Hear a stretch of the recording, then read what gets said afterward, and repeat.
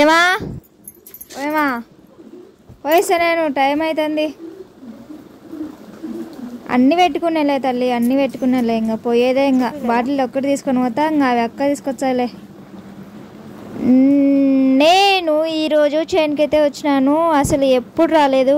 పెళ్ళైనప్పటి నుంచి 4 సంవత్సరాల నుంచి పెళ్ళైనప్పటి నుంచి నేను పొలంలో అడుగు పెట్టలేదు. ఈరోజు నేను పొలానికి వచ్చిన. అసలు నేను ఎక్స్పెక్ట్ చేయలేదు నేను పొలానికి వస్తానని. పొలం పనికి వచ్చినాను అనమాట, మా చేనుకి అనమాట. అందరూ వచ్చినారు. అసలు ఈరోజు ఎండ పెట్టలేదు, నా అదృష్టం కొద్దీ ఎండ పెట్టలేదు. ఇన్ని రోజుల నుంచి ఇంట్లో ఉండి సడన్గా నేను పనికి వచ్చినాను కదా, ఎలా ఉంటుందో అనుకున్నాను. పొలంలో అయితే కలుపు దండిగా ఉంది, అది కాక కొంచెం మోడంగా ఉంది. ఎండ అయితే పెట్టలేదు. ఎక్కువనే వేస్తున్నాము పొలం ఈ సంవత్సరము. ఒక 7 ఎకరాలు వేస్తున్నాడు నాన్న.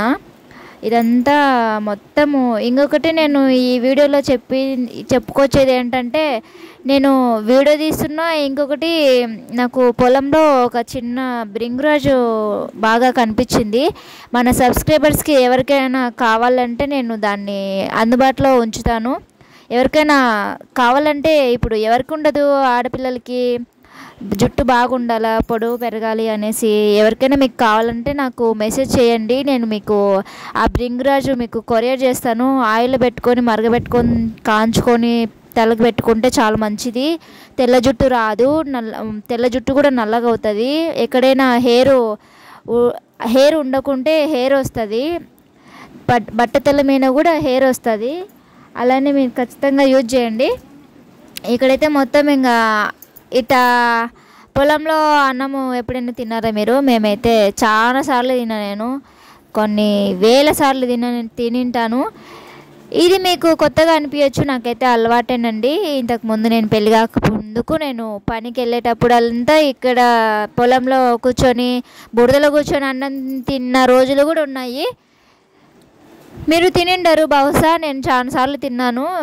ఇప్పుడు మీకు కనిపించే వేస్తారు, ఇంతకుముందు పెళ్ళి కాకముందు కనిపించే వేస్తారు ఒకటి.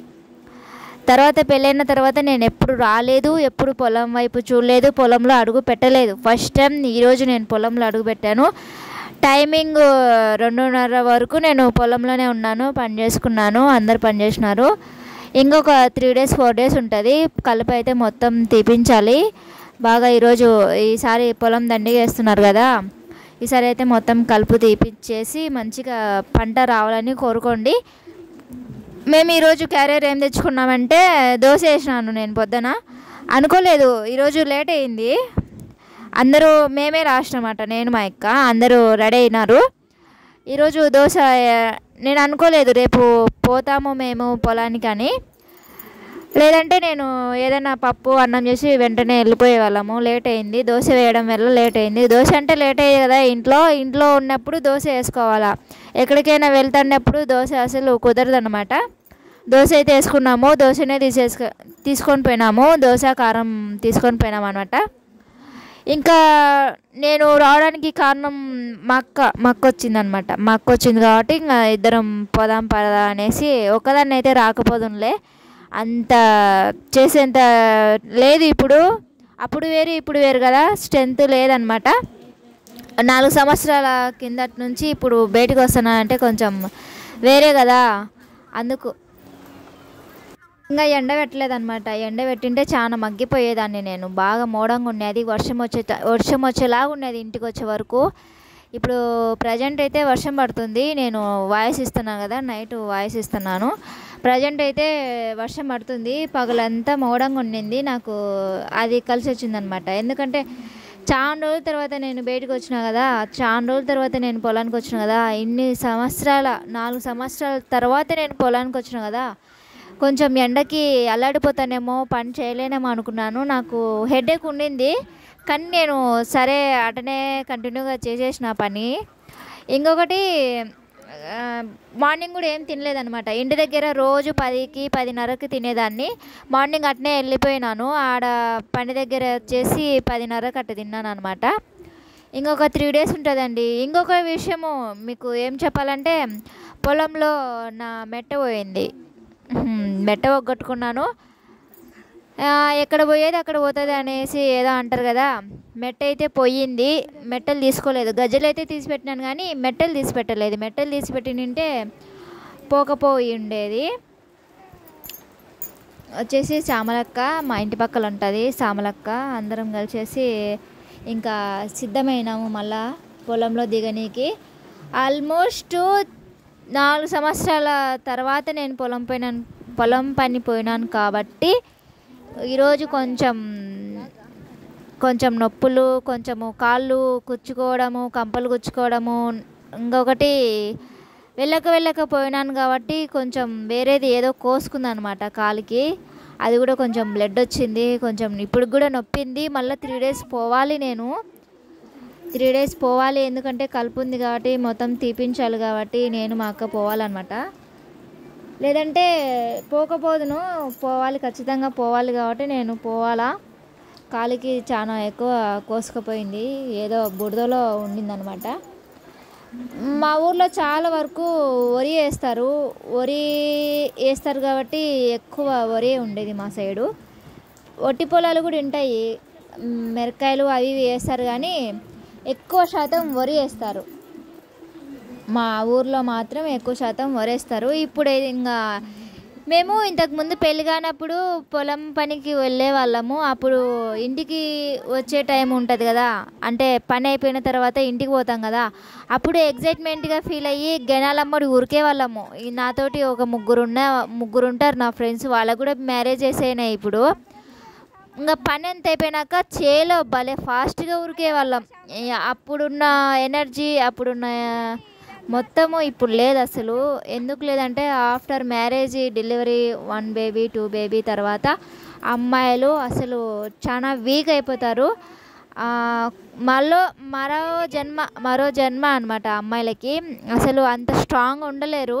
నేను వడ్ల సంచి ఉంటుంది కదా, 50 కేజీల వడ్ల సంచి, ఆ సంచి ఎత్తుకునేదాన్ని. మా నాన్నమ్మని మందు చల్లిన ఒక 2 సార్లు.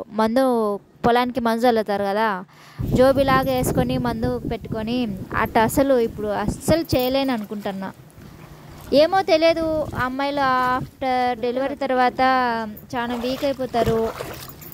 స్ట్రెంత్ ఉండదు, బలం ఉండదు, ఏముండదు.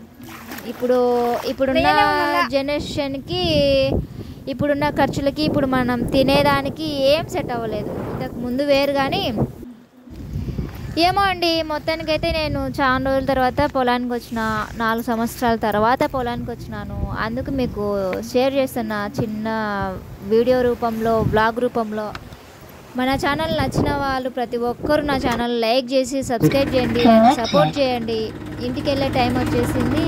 ట్రాక్టర్ ఉందన్నమాట, మా వాళ్ళకే ట్రాక్టర్ ఉంది. ట్రాక్టర్ మీద ఇంటికైతే వెళ్ళిపోతున్నాము.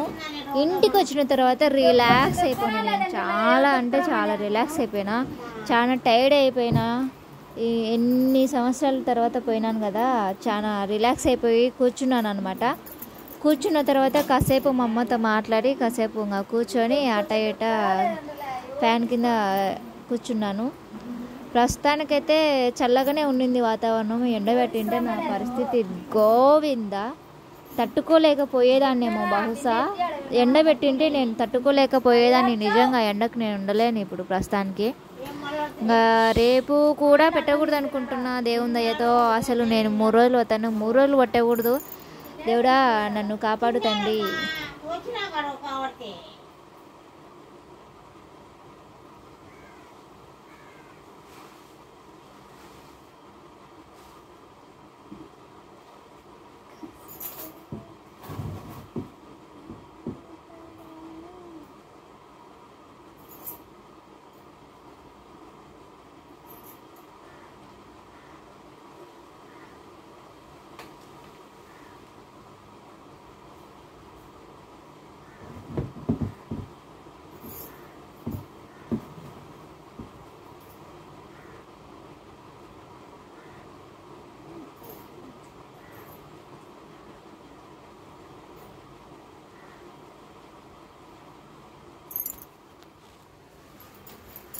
కళాతమ్మకు దెబ్బలు పడాల.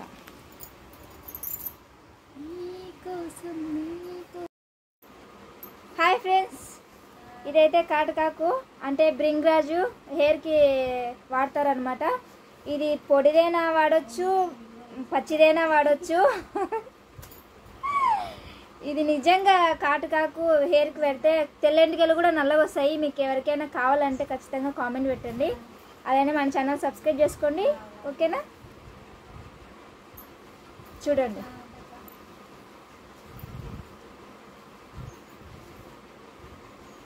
మొత్తం అదే.